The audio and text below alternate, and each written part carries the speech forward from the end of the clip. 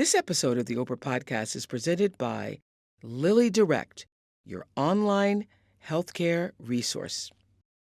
Hello to you, dear podcast listener and YouTube watcher. I know your time is valuable, so I am thanking you all for taking the time to be with me here. My guest today is a long time friend, Maria Shriver. Actually, Maria and I have been friends as long as Gail and I have been friends, and we all met in the same place at WJZ-TV in Baltimore. We met when we were both in our early 20s, so I've known you now we've been friends for 49 years. Yeah. And I knew that Maria was writing a book, and I asked her to send me her new book. I Am Maria, My Reflections and Poems on Heartbreak, Healing, and Finding Your Way Home.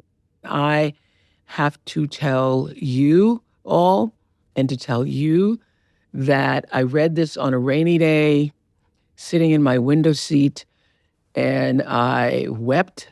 I wept because I've known you all these years. Maria Shriver has lived an extraordinary life, most of it in the public eye. She was born into American political royalty. Her father, Sargent Shriver, was an American diplomat and was once a candidate for Vice President of the United States. Her mother was Eunice Kennedy Shriver. She was the sister of President John F. Kennedy and Senator Robert F. Kennedy.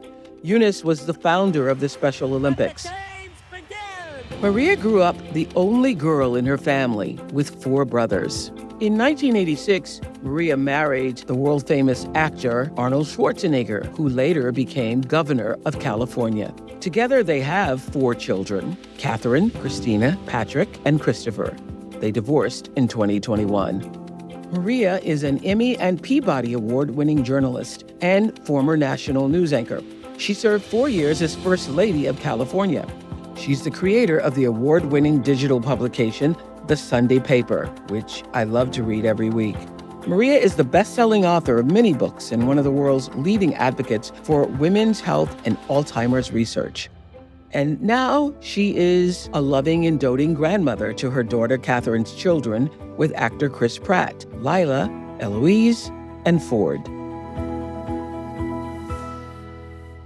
In this book, you have literally opened your soul and allowed all of us who have any feelings of loss or grief or not being enough or not being able to show up for ourselves, you have led us to the open field. And bless you for that. And I am so proud of you for that. And it's all in the form of poems. And you go places I thought you would never go. I want to say I really am just honored that you have become and evolved into the woman that you are. And I'm so honored to have you as my friend. Oh, thank you. Well, I'm so honored to have you as my friend. And I love the idea of having such a long friendship. Yeah. I love the idea of meeting somebody in my early 20s. When we didn't know what was going on. I remember seeing you were in the bathroom that morning because you were working on Evening Magazine. Yeah. And you'd been up, and I said, whoa, what are you doing here? And you said, I've been up all night, and you're throwing water on your face. And we lived in the same apartment complex, We lived in the same apartment complex. We shopped at the same supermarket. We ate in the same supermarket. That's right. We would sit there and have those crab cakes. Yes, in Baltimore. In the supermarket, very glamorous. But the idea of having such a long friendship, you see someone through a marriage. You were in my wedding. I was in your wedding, yes. All my children. You were there when I got separated. You were there when I got divorced. You're there for me now. And I feel like hopefully I've been there for you through all of your transitions, through all the people you've been involved with, yes. Right? And I think that's one of life's greatest gifts, to have a relationship that stands the test of time. And that's given me the strength to be standing here. I write in this book that when I got separated, it was a masterclass in friendship. And you were there for me at every, as you well know, you smile, but at every step of the way. And I think that's how we become who we are meant to be, is that people hold our hands. They walk with us when we don't think we can get there on our own. Yeah. And are willing to tell you the truth about yourself. Amen. Yeah. And are willing to tell you the truth about yourself, even when it's hard to listen. Right, exactly. So let's get into it. This is not a memoir. No, it's not. But how would you describe it? I'd say it's really an exploration of my life. It's an exploration really of my childhood. It's my daughter calls it reporter poetry. It's poetry from the front lines of my life. It's an exploration of my childhood. Who was I? How did I end up in this family? What did this family mean to me? How did I become who I am today? What's mine? What's theirs? What should I drop? What do I want to own? And who do I want to be? And I think I am Maria, as I write in the beginning, the reflection is when you're in a big family like that, you don't really have your own identity. You're a part of something larger than yourself. Because you were a part of the family, was considered American royalty. I Right. mean, literally, you were born at a time when Camelot was becoming Camelot, right? Exactly. And so people would just come up to me and they would say, I'd say like, oh, hi, I'm Maria. They're like, no, but which Kennedy are you? Which Kennedy are you? And I'd say, well, I'm a Shriver. I'm a Shriver. They're like, but you're a Kennedy, right? Because I don't want to be talking to you if you're not a Kennedy, right? Yeah. And then who's your mother? Who's your father? And I always had this sense of like that being just myself was not enough. Yes. And I think that propelled me throughout my life. And so coming to the place where it would be okay to be myself, claim my own identity, I am. So my mother named me. Maria. I am Maria. Full sentence, stop. It's not my job. It's not the family that I'm in. I'm not somebody's niece, cousin, ex-wife, wife, friend. I am my own being. And who is that?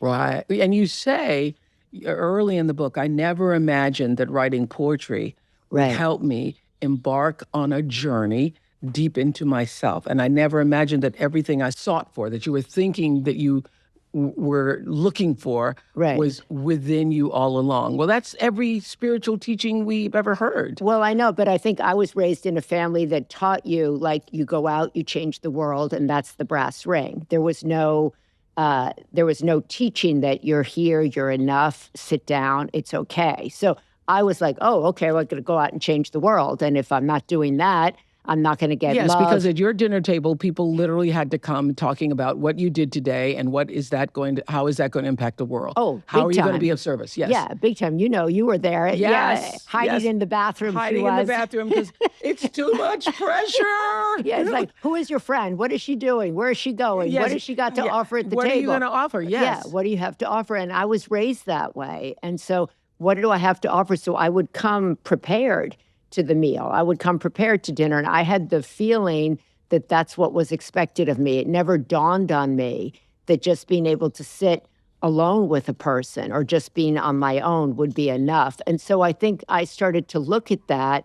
And I remember when I got separated, you gave me the gift of a meditation teacher. Yes. And you said, Meditation Bob. Meditation Bob. He came to the hotel. Yeah.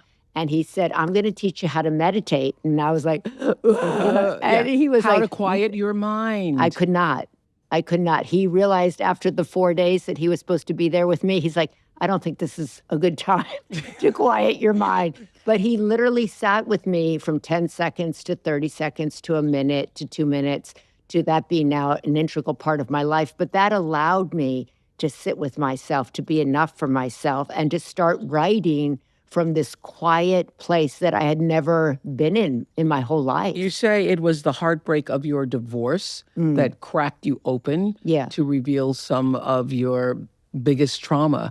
And that turned out to be actually your childhood. How did your divorce lead you back to your childhood? Well, it made me get quiet, first of all. And it made me think about, who am I now? Yeah. How do I move forward if I'm not somebody's wife, if I'm not the First Lady of California? Who is Maria? How do I, conduct myself moving forward? Well, what does forward look like? And so I tried to stop myself, get quiet, and really think about, who am I? How did I end up here? Yeah. How did I end up in this place? And how did poetry become a part of it, Maria? I just started you writing. Well, I didn't. I had written, obviously, all the news stories. Yes. I wrote that but that's a different kind of writing. I wrote gratitude journals. Today I went and I saw Oprah. We had a fun time. This is what the day was like. But this kind of poetry, sitting there and just being quiet and realizing, oh, wait a minute, I'm sobbing. What am I sobbing about? Oh, I'm lonely. What am I lonely about? When did I first feel lonely? Where did that come from? Oh, I'm heartbroken. Is this the first time I felt it? Oh, no, I'm not. Let me close my eyes. Let me think about when I was a young girl and I was in a house by myself. And then I just started writing, and it just poured out Wow. of me. So let's start with your mother, Eunice Kennedy Shriver, who's one of the most formidable, powerful. I mean, I remember years ago saying if she ran for president, I Yeah. would do whatever I could to help her. Right. And I think if she were born at another time, she would have been Exactly. president. So Eunice Kennedy Shriver, her brothers are your uncles. Right. And were President John F. Kennedy and Senator Robert Kennedy. And Eunice was, as you say in the book, the most impactful person in your entire life. And in the Correct. book, you describe your household as being like a chaotic pressure cooker. Give us a picture of that. Well, when I was little, we lived on a farm kind of outside of Washington, D.C., and my mother started the Special Olympics. So she had like 100 people with intellectual disabilities running around in the backyard, along with 100 volunteers and coaches. And then my father would have all these young Peace Corps volunteers who wanted to go out and change the world, and they were running around on any given weekend. And my mother had this camp during the week, and I Where had four are you brothers. in the midst of all that? And I had four brothers, and they had like 20 dogs. And I was the only girl. I am the only girl. And I was in the middle of all of that. And so I was like, okay, where do I belong in all of this? And I had a horse, and I would go and spend my time with the Miss horse Mel. because it was the only place that was quiet. It was the only place that I was like, I could hear myself think. And I wanted to be a lot like my mother because she was my role model, right? But it was chaotic and crazy and tragic, and there was constant upheaval. There were constant people coming in and out of the house. The table was filled with 15, 20 people. There was Mother Teresa, Robert McNamara, there were vice presidents, everybody World was leaders, world yes. leaders. Yeah, I remember the first time I went to your house, there are all these letters in the bathroom from like all the world leaders you've ever read about in history. You're like 23, right? Yes. And you're 24. Yes. And I got the message that, you need to be this.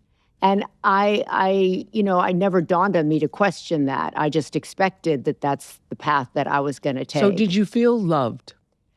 I didn't even know what that was. Nobody talked about love in my house. It wasn't a conversation anybody was having. We were out to change the world. We were talking about my Uncle Jack. We were talking about the Peace Corps. We were talking about people with intellectual disabilities. That's what we were talking about. And yet when tragic things would happen, I remember having this conversation with you 20 years later, because I still remember November 22nd, 1963, like it was yesterday. It's probably in your body. Yes, it's in my body because I was 9 years old, walking home from school in the rain by myself, and President Kennedy had been shot. And I remember having a conversation with you, and you said, we never discussed it at our house. No. And I could not believe that.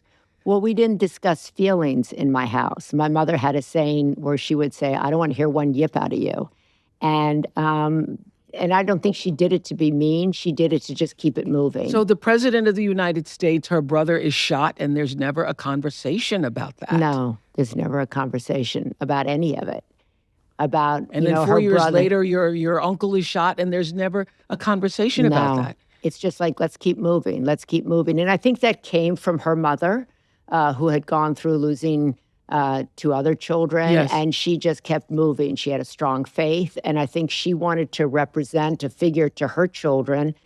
Things happen, but we have to carry on. That's why this book, I Am Maria, is so miraculous, actually, because you came from an environment of what happened to you. Nobody discussed feelings. Nobody talked about really what were tragic events in the household. You just kept going and kept doing, and let's show what we can do to serve the world. And yet you've now offered us your soul. I know many of you are managing chronic conditions like migraines or diabetes or obesity. Well, I want to tell you about Lilly Direct. It's a patient care resource designed to support you during those steps when you need it most. Lilly Direct has options to help connect patients to independent providers and wellness education and information. Lilly Direct can help you get the guidance and expertise you need when you need it. Plus, their online pharmacy solution powered by licensed pharmacies, delivers your medicines directly to your door if prescribed by a healthcare provider. That's key. You can visit lilydirect.com today and take the first step towards a healthier, more balanced life. I want to begin with some of your beautiful poems. So in one stanza of a poem titled The Child Within, I think, is that the first one? Yes, I'm going to read it, okay? Okay, you read it. The child within. What are you afraid of, says the voice of the adult, full of judgment and scorn. I realize that's my mother talking to me. I know she can't abide fear or weakness. She can't handle neediness. She can't comfort the child in me. Don't come in my room, says my mother. Stay out of my room. Get out. Go away. Get out. Go away. So I do. That's my mother's voice. Stern, scary, terrifying. The child in me is anxious and scared. I wonder about the child in her. Is that child anxious and scared? Nobody saw her. Nobody sees me. That was how I grew up, and I have come full circle to really thinking about the child in my mother, how nobody saw her, nobody comforted her. And I think our job is to heal ourselves so we don't continue the pattern, right? I admired my mother. She's still my greatest role model. I think about her probably every single day. I'm in conversation with her. And you were one of those daughters, like Gail. Right. You were my two best friends, and I didn't have anything close to that kind of relationship with my mother. And both of you talk to your mothers every day, multiple times a day, and I could never understand, what the hell are y'all talking about? We were talking, about work, about my brothers, and about what are we doing? How are we changing the world? But I realized after my mother died, really, that nobody talked to her about her feelings. Nobody comforted her. Nobody talked to her about her grief. So how could I have expected her to do that for me? And I wanted to break that pattern as a mother. I wanted to break that for my own children. So I talk a lot about feelings. I talk a lot about... With your boys and your girls. With my boys and my girls, and with my friends as well. To me, that's really important, is to go deep and to understand, what are you feeling? What are you thinking? How can I be there to support you? In any way, because I didn't get that as a kid. Yeah, explain the double padded door and the get out, your mother actually saying, go away, get out. Well, my mother was sick pretty much all my life. And I think people didn't realize that really about her. No. And so she had two padded doors before going into her bedroom. And she told us that it was because she was a light sleeper and needed to sleep. But there were two really double padded doors to get into her room, which you didn't get into. And so my experience was she lived at the end of the hall behind these two padded doors, that there was no way she could hear me if I knocked on the door. And I just grew up thinking, well, gosh, I guess that's how people are. Their mothers live behind padded doors. And then I would see other kids whose mothers didn't live behind padded doors, and my parents had separate bedrooms, and I grew up like that. And I started to think later in life, like, what was she doing behind those padded doors? What was she trying to keep out? What was she afraid of? And it brings me great grief to think of her behind the doors and to think of me and my brothers in front of the doors. Yeah, trying to get in. And I think that, I think I started to think about, in what way was I doing that? In what way did I have padded doors in my own life? You write this about feeling terrified in your own home. You say, everyone lives behind closed doors. I stand here, frozen in the darkness, terrified. My brothers can't help. They aren't yet men. As the sun begins to break through, I return to my room down the hall. I shut my door. Daylight is coming. One more night is over. I made it through again.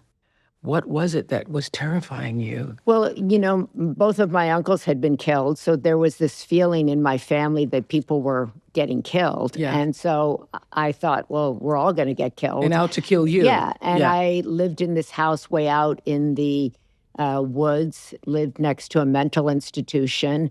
And I just was terrified all the time. I was an only girl, as I said. And the feeling of like somebody's going to come in here, the house creaked. Yeah. The house, and it was and scary. Also, nobody talked about what it was and what had happened. And nobody picked me up and said, it's going to be okay. What are you feeling? The idea of somebody talking to me about my feelings was so foreign. I don't think that happened until I was in my 20s or 30s, or somebody would ask me how I feel, and I'd be like, fine.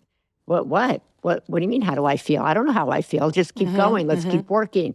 And I think it wasn't until really, conversations that we would have, or that I'd start to be thinking, wow, I think I should be feeling something. I don't know what I'm feeling. And then as I became a mother, I started to feel. I, gave birth. I was always terrified to become a mother. But where was your father in all of this? So they slept in separate bedrooms, as a lot of people do. And your mother was at the end of the hall. Did he know that you were and your brothers were trying to get in? Did he know? I don't know. Yeah.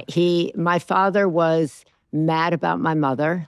He thought he was the luckiest man in the world. He idolized my mother, adored her, and wanted to do everything he could to ease her physical pain and to help her become who she wanted to be. I think my mother was constantly herself, trying to get her parents' attention, trying to be somebody in her own family. I think in many ways she herself felt invisible in her family. And I think she felt she had no power in her family, that the power was all with the men. And so I have great empathy for my mother's journey. I have incredible empathy for what my mother went through. And I found that actually in going to Hoffman much later in life, understanding who my parents were when they were young, what were their dreams, how did they grow up? I hadn't really thought about them as two smaller individuals. They were just big people to me. But trying to think about who they were at 12, who they were when they met, what their dreams were. And Hoffman is the Hoffman Institute. It's the Hoffman Institute, where you go to look at kind of patterns and process in your own family, and how you can kind of look at your parents with with a greater sense of empathy, with and empathy, understanding, not blaming them, but what understanding them, what happened to them. And that was really the first time that I thought about what had happened to them. And did you see them differently? Is Yes, that where absolutely. I See You Now came from, the Yes, poem that you write absolutely. about your father? Yeah, I See You Now. I didn't, I wanted my father to stand up to this terror that I felt as a child. And I didn't understand his quiet strength. I didn't understand, the way he was showing up in the world. And I didn't, I think, until I went to Hoffman, until I thought of how scary it must have been for him, how he himself was trying to navigate this big, competitive Irish Catholic family, how he was trying to be a different kind of man in this family. And I didn't have any sense of that. I just saw him as somebody who wasn't... Did you think he was weak? I did. Yeah. I did. I wanted to get a different kind of a man than my father. And now you write. Will you read that poem? I See You Now? I see you now. You see, all I wanted was for you to stand up, to rage against it all. But now I see that wasn't your way.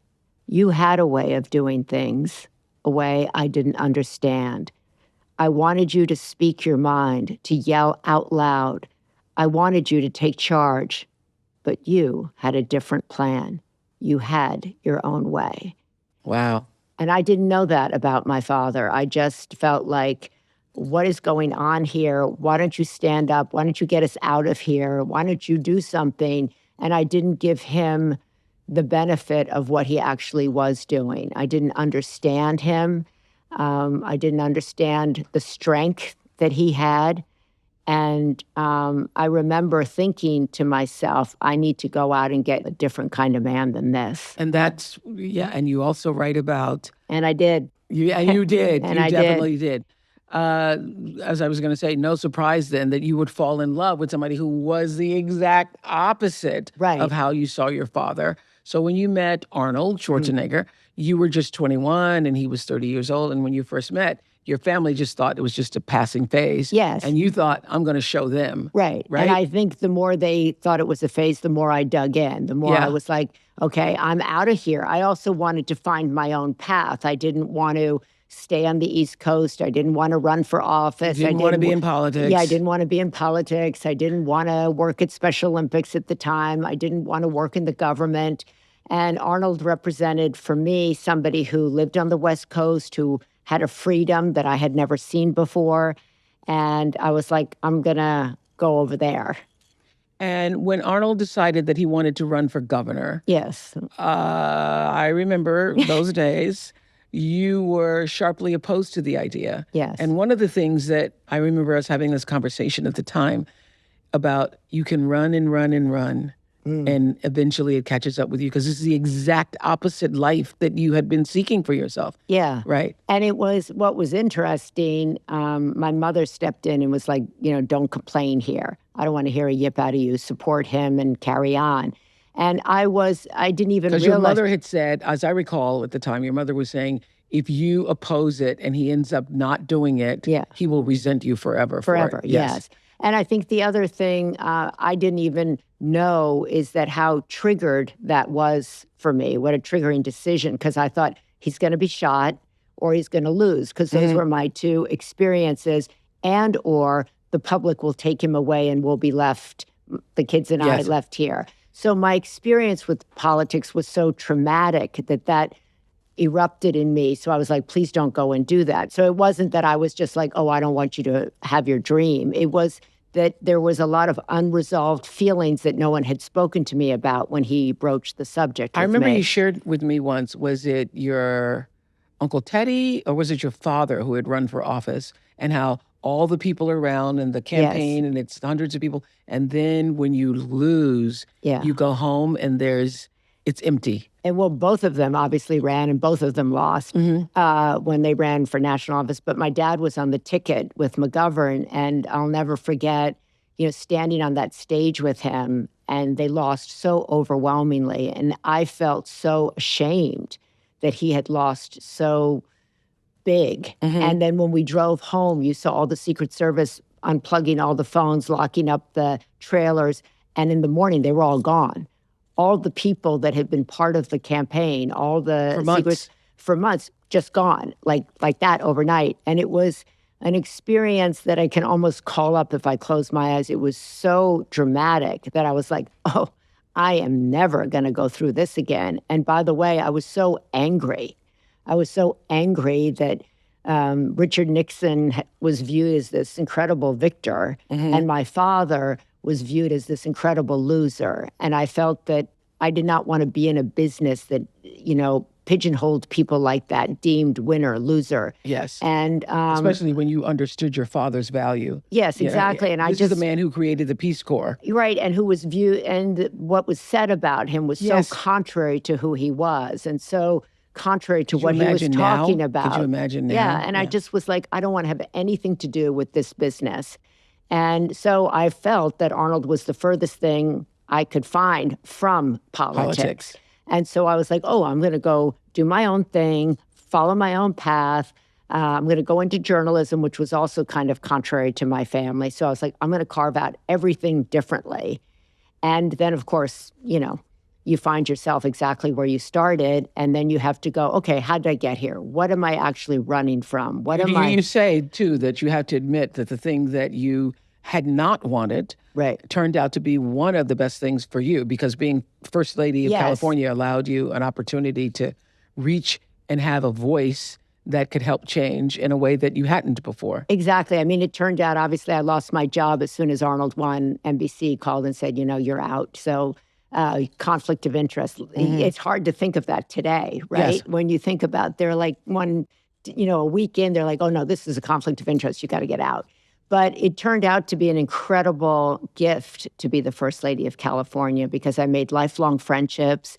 I was able to meet, so many people up and down the state. You had the best women's conference going yet to this date. Yeah, it was an incredible experience. And we raised so much money for so many programs and put people through school and did so many great things. And I met so many great people. And you're right, it allowed me to speak on my own behalf, really. And obviously I was representing Arnold at the time, but I had been a journalist where you don't really have your own voice, right? And then I had grown up in a family where I didn't feel like I had my own voice. So being First Lady was the first time for me where I felt like I could speak out on what I wanted to speak. I could speak about women. I could speak about domestic violence. I could speak about women entrepreneurs. I had this big women's conference.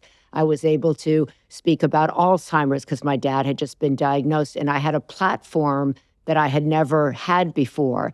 And it enabled me to actually use all of the things that I had been raised with. So it brought my political kind of sense was there. My journalism was put to good use. My curiosity, my creativity, all was able to be used in that one specific job. And people don't really know what a first lady does. And each state is obviously different. We only think of, I think, oftentimes the first lady of the United States.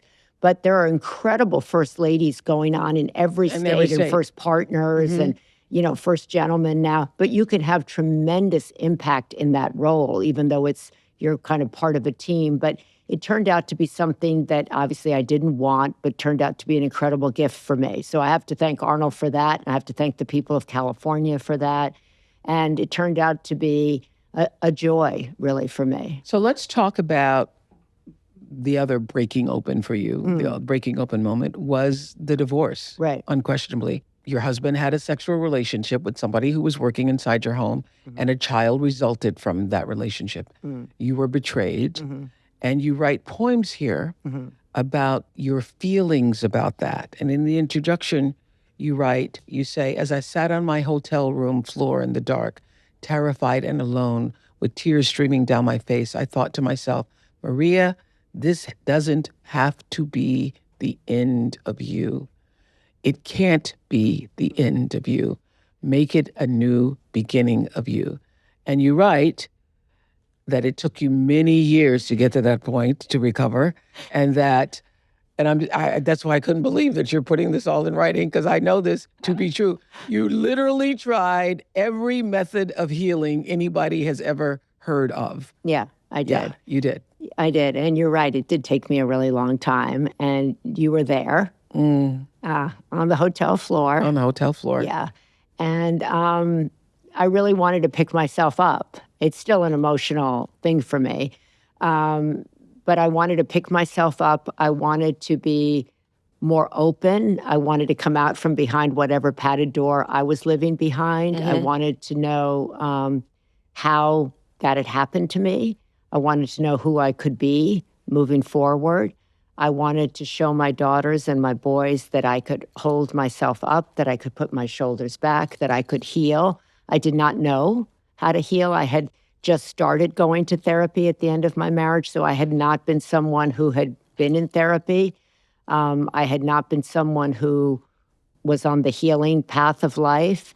And I went all in. You were just being a mom with four kids and going through the thing and that. Well, I was being a daughter. I was being a journalist. I was being a mother. I was playing all the roles that I think so many people play. And it's a lot, right? Everybody that I talk to who's trying to raise kids, take care of parents, work themselves, be a good wife, you're not really thinking about a lot of other things. I remember the night that the story about Arnold's betrayal was going to go public.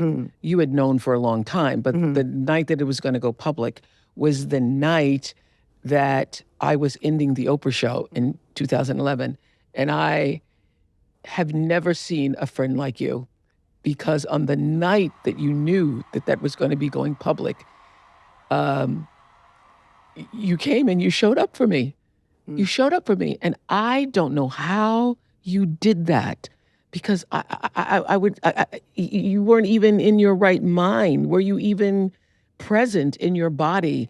You walk out on the stage and you hugged me and Gail hugged me. And I remember everybody cheering because the news had just come out that morning. Well, I did know it was going to go public that day because I flew to Chicago to be with you. And when I landed, I remember you called me. I heard, and I was there with my daughters. Your two daughters. And, but I wanted to be there for you because you had been there for me, and you are one of my best friends in the world. And so I was there, and then I got on a plane and left. Yeah. And, but that was important to me. Showing up in my life for people that I love is a big thing for me. This episode is presented by Lilly Direct. Lilly Direct uses innovations to help simplify managing your chronic conditions, from independent in-person care or telehealth consultations to direct delivery of select Lilly medications if prescribed by a healthcare provider. Lilly Direct is committed to making your health journey more seamless. And don't forget, Lilly Direct's platform also offers well-being content tailored to help you navigate your day-to-day life as you manage your condition. Visit LillyDirect.com and discover how they can support your overall wellness. Now back to the program. And then you write about in the public square, the humiliation and shame that filled your soul. Can you read that? Yeah, the public square. Shame filled my body. Humiliation filled my soul. Every inch of my being crumbled. I stood humbled, disgraced, mortified in the public square.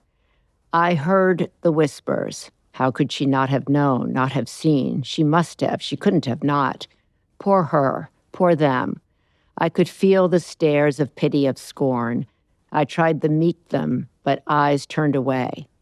I stood in the public square, a mere shadow of my former self, until I thought, no, this is not how it's going to go. I'm going to rebuild. I'm going to discard. I'm going to stand in all that I am and carry on.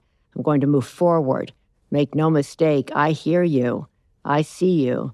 But you'll see. Your whispers have nothing on me. And I did, I really wanted to move forward. And I wanted to have a good relationship with Arnold. I wanted my children to see me moving forward. In spite of the shame and the betrayal, you wanted a good relationship. I did, because I had been with Arnold since I was 21.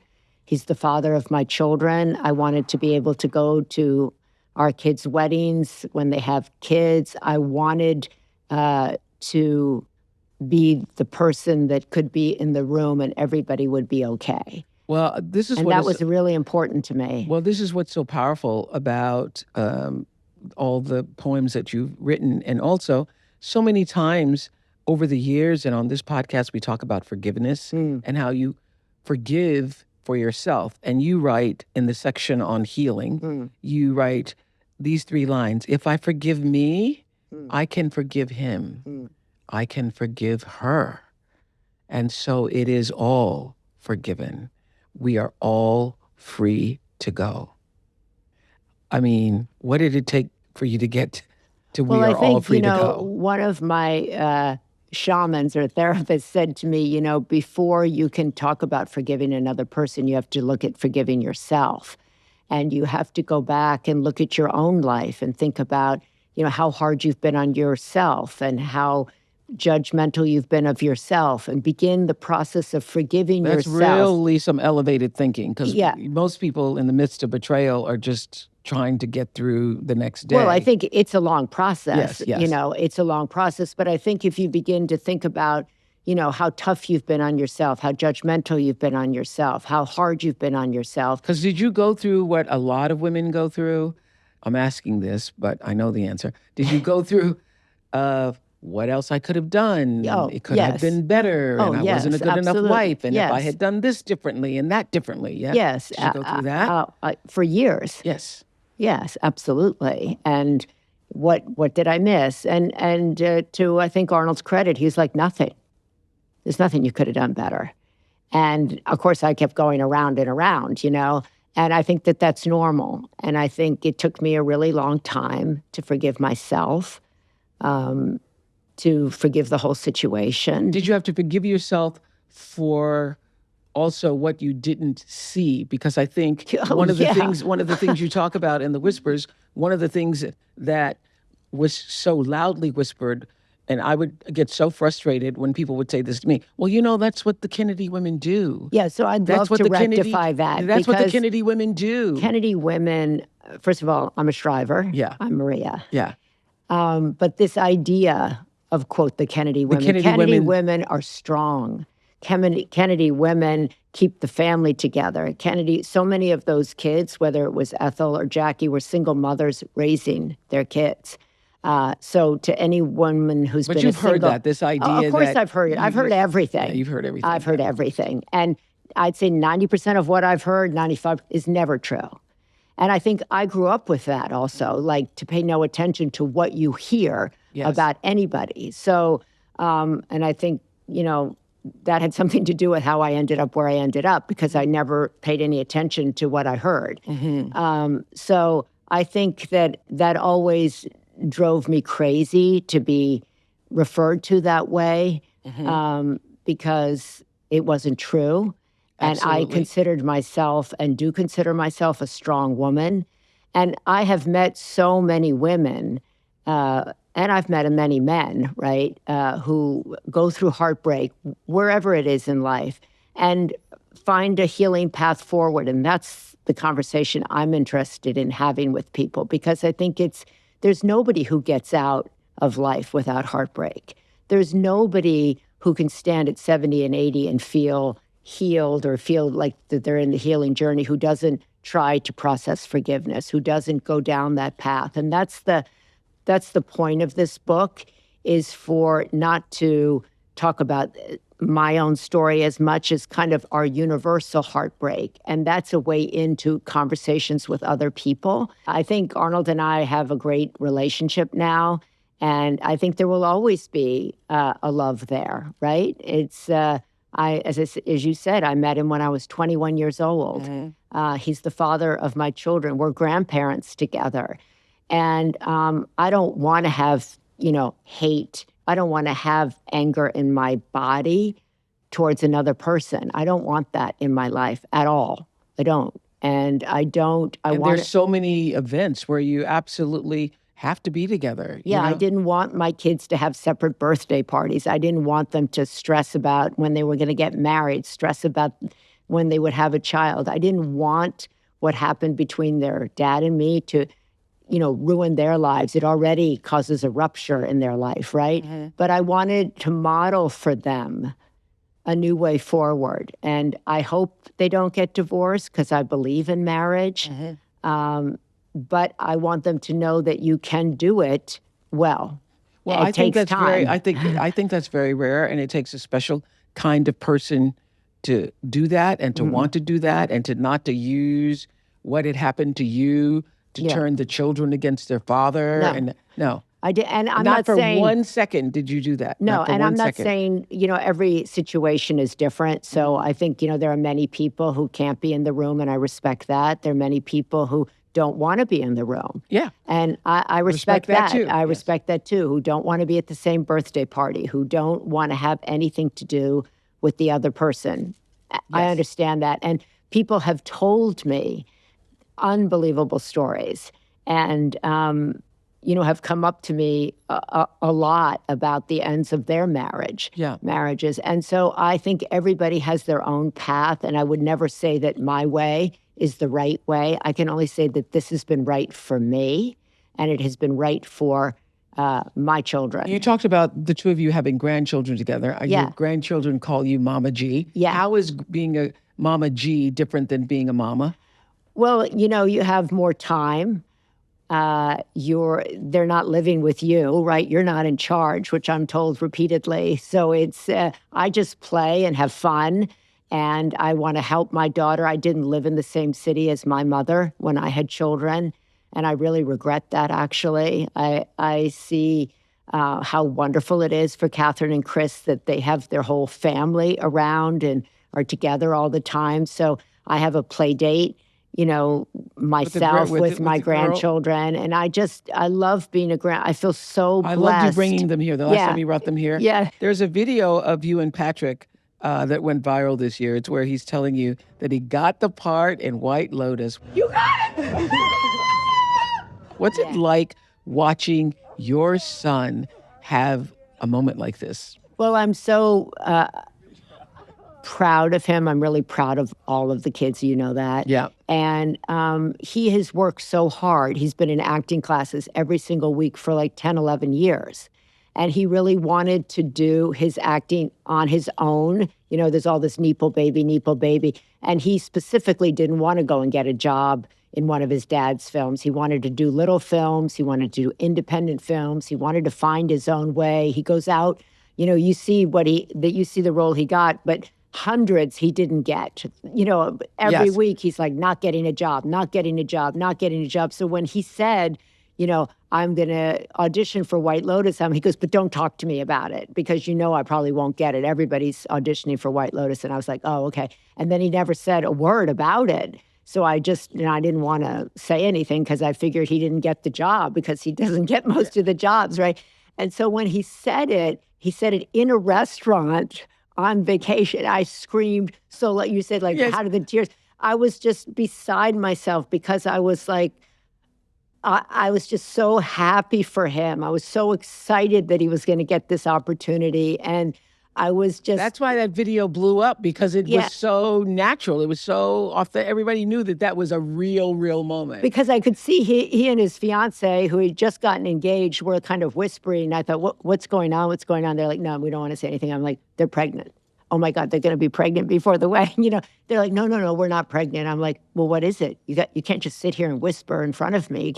And then when he said that, I was just like, you know, I was like levitated off. And Katherine started crying, and she didn't even know what we were talking about. She didn't even know he had auditioned because he didn't want anybody. So she's like, what are we crying about? And I was like, Patrick got a role in White Lotus. And I didn't know anything. I still don't know anything about the role. Cougars. Hey. We saw you guys on the boat earlier. You know, and Mike White, who's the creator of that whole series. It's just so fun to watch. It's so fun. And his character, I have to keep now saying, like, he's not the character. He's not that guy. He's not that guy. But it's a great moment. But he also has his feet firmly planted on the ground, that he knows, you know, this is a moment, and then you'll have to go out and get another job. And then you'll have to go out and get another job. And then it'll go like this. And I think he saw his dad go through that. He's seen people he knows and respect. You know, they have a moment and then they don't. And then they have a moment and then they don't. And what do you have in your life that keeps you in those moments when you're not having a moment? Do you have your family? Do you have other interests? Do you have faith? Do you have a gratitude practice? Do you have friends that love you for you? These are the things that I try to stress to the kids all the time. And I think he saw his dad go through that. And I think he has a pretty good head on his shoulders, but he also knows that, you know, it's a long road. He's young. Well, you have done such a beautiful job raising your children. I mean, I know you have all of these different roles, but your primary role, even as your friend, as I see, has been that you have been the mother that raised generous and kind children, which is a very hard thing to do in today's world. Well, I wanted that was to a priority raise for kids. you. It was the priority. Yeah. And it continues to be my priority. I wanted them, first and foremost, to feel loved. I wanted them to feel like they were the priority. I didn't get. I believe wanted that they do. There's no reason why they shouldn't. I've seen it over and over. That was really important to me, that they felt loved, that they knew what love was, that their being wasn't less important than maybe what their dad was doing or what their larger family was doing. That's right. That they were the priority and that they were loved for who they were, not for what they did. I certainly got the lesson that love was attached to accomplishment. And so I wanted to do the opposite of that. There were many things that my mother and father did that I wanted and did emulate, but there were many things that I wanted to do differently. What are the best lessons? What is the thing that your mother gave to you that you feel that you're passing on to your children? Strength. She gave me incredible strength. She gave me incredible faith. She gave me the lesson of family, the importance that family is everything. And she would always say, you can have an argument with your brothers, but you cannot be forever mad at your brothers. You know, they are what you have. And she showed me her brothers and her sisters were her best friends. And she showed me that. And she showed me even, you know, I remember when my Uncle Teddy got divorced, she stayed in relationship with my Aunt Joan. She stayed in relationship with my Aunt Jackie. She stayed in the family, keeping the family together, laughing with her family and prioritizing her family. And she gave me that. She gave me so much. She gave me a firm belief that I was here for something larger than myself. And you write a poem about the fact that it was a poem and a tribute, the fact that you were able to explore and touch your vulnerability and Yes. femininity in a way that she was not allowed, No. or certainly didn't feel that she could. Never. And I have such, I remember when she was dying, I took her hand, and, my mother wasn't somebody that touched you and she didn't hug you, or that just wasn't her way. And neither was it my grandmother's way. And I remember taking her hand and saying, you did such an incredible job. I love you, and you can go, because my brothers and I, we're connected, we're tight, we're good. You did a great job.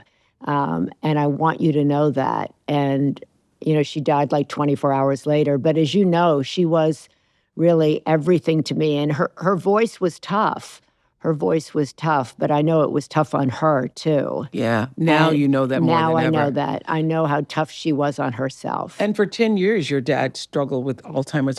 I just so appreciate the poem that you did for over a decade when you watched him descend into Alzheimer's. Yeah. And you write about this in the piece called Deep Inside. Can you read that? Who knows what lurks within? The unknowing, the knowing, all are one. Who are you, he says. I'm Maria, your daughter. And the light within his eyes flashes. A smile crosses his face. Oh, wow, says he. I always wanted a daughter named Maria. That's all true. He'd be constantly saying to me, who are you? And I'd say, I'm your daughter, Maria. And he's like, oh, you're my daughter? I go, yeah, I'm your daughter. I'm Maria. What was that like for you to watch him to just mind-blowing. disappear like that? Yeah, mind-blowing. I use that word. Sometimes people don't like that word associated with Alzheimer's because, your brain is going. But it's a mind-blowing disease, which is why I've really spent 20 plus years trying to find a cure for it, trying to educate people about it. I started nonprofits. I've done documentaries. I've done everything you can do to try to find a cure for Alzheimer's, to try to help other families going through it. So when you're with a person who I've never talked to anybody who I knew, as well as I do you, about a family member going through it, when they first start to not to know who you are, do you feel that they are still who they are? No. And I think I learned from my children, it was a struggle for me, and it's different for parents, it's different for spouses. They have their own journey. That's what I've learned, is that everybody in a family has a different journey with the person who has Alzheimer's, but you want them to be who they were. And you can't, it was very hard for me to see my father, who was the smartest human being I had ever met, playing with puzzles that my 2- and 3-year-olds were playing with. I couldn't compute that. It just made no sense to me at all. And my kids were really helpful to me. They were like, just accept him for who he is. He wants to play a puzzle, let him play a puzzle. If he wants to just sit there in the yard and not speak, just sit in the yard. And so that was really a challenge for me. It was a challenge for me to watch him become a different person. It was a challenge for me to watch him not be who he was. And I think for everybody who has a loved one going through Alzheimer's, it's a really challenging disease. It's incredibly expensive. It's spiritually draining. It's emotionally draining. It's exhausting. And it has yet to become kind of a national priority, which I've tried and many other people have tried to make it so.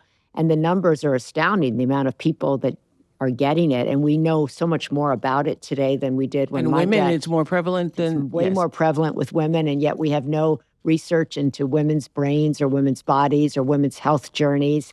And I'm trying to change that with my women's Alzheimer's movement, is to really try to understand particularly what's happening in women's minds, brains at midlife. You write, though, in I Am Maria, that you sometimes still struggle to be truly at peace with yourself. Yeah.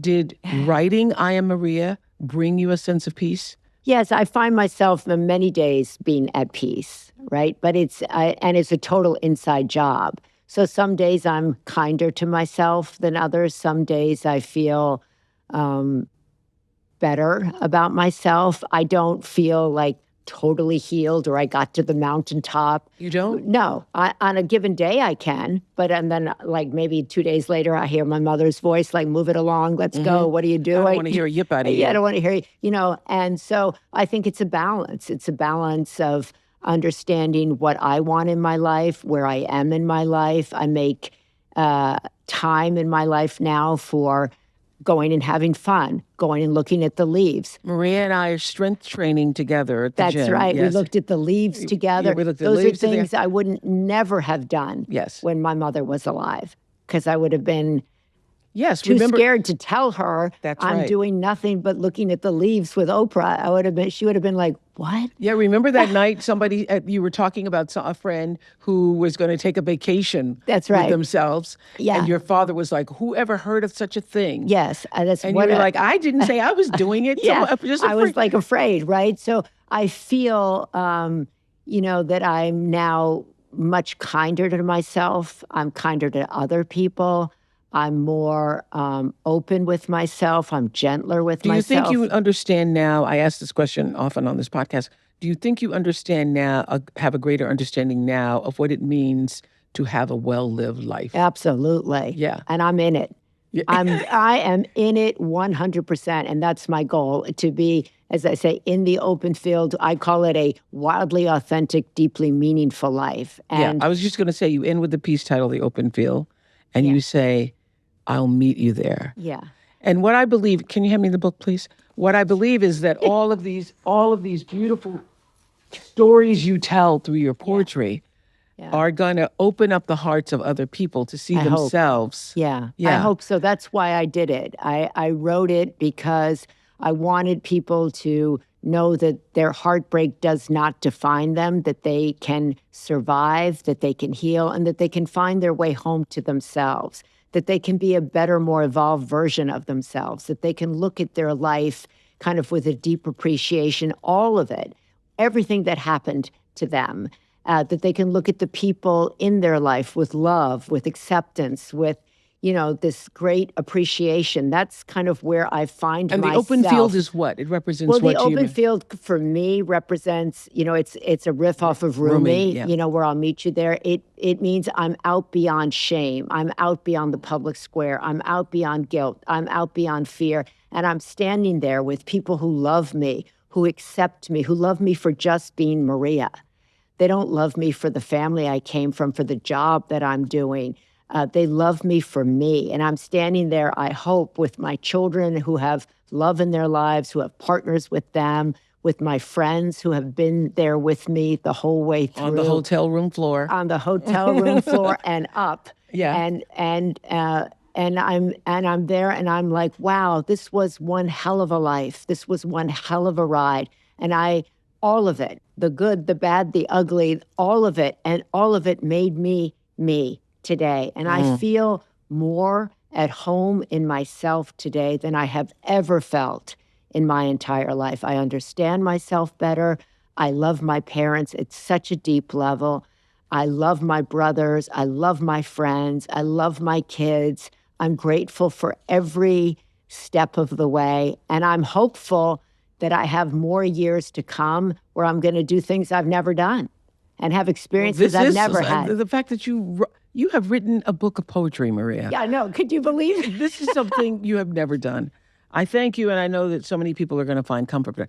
And I know you would appreciate this because you and I both love Mary Oliver. Yes. And I have Mary Oliver's poems, The her Journey. book Devotion, Oh, yes. the Devotion book, by my bedside. Yeah. And now this will go by my bedside. Aw, I am Maria. You know that you sent me to go. I was the guest editor.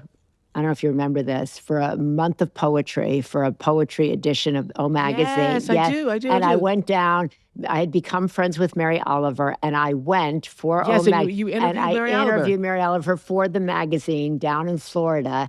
And when I was First Lady, I had been trying to get her to come to the women's conference. And she's like, I don't do that. I don't do that. Stop calling me. Stop bothering me. Yeah. I said, but the journey, the poem, The Journey, it changed my life. And it got me thinking I could write poetry. She said, do your thing. I'm not coming for you. And I went to meet her. I went to listen to her read her poetry.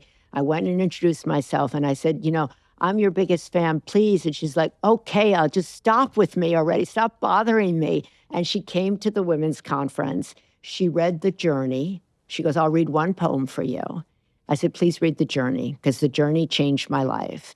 And it made me think, what do I want to do with my one wild and precious life? And I knew when I was on the floor of the hotel, my one wild, precious life was not ending there. My one wild and precious life was going to be in the open field. And so when I told her I was writing poetry and I read some of it to her, she said, you're going to publish a book of poems. Carry on.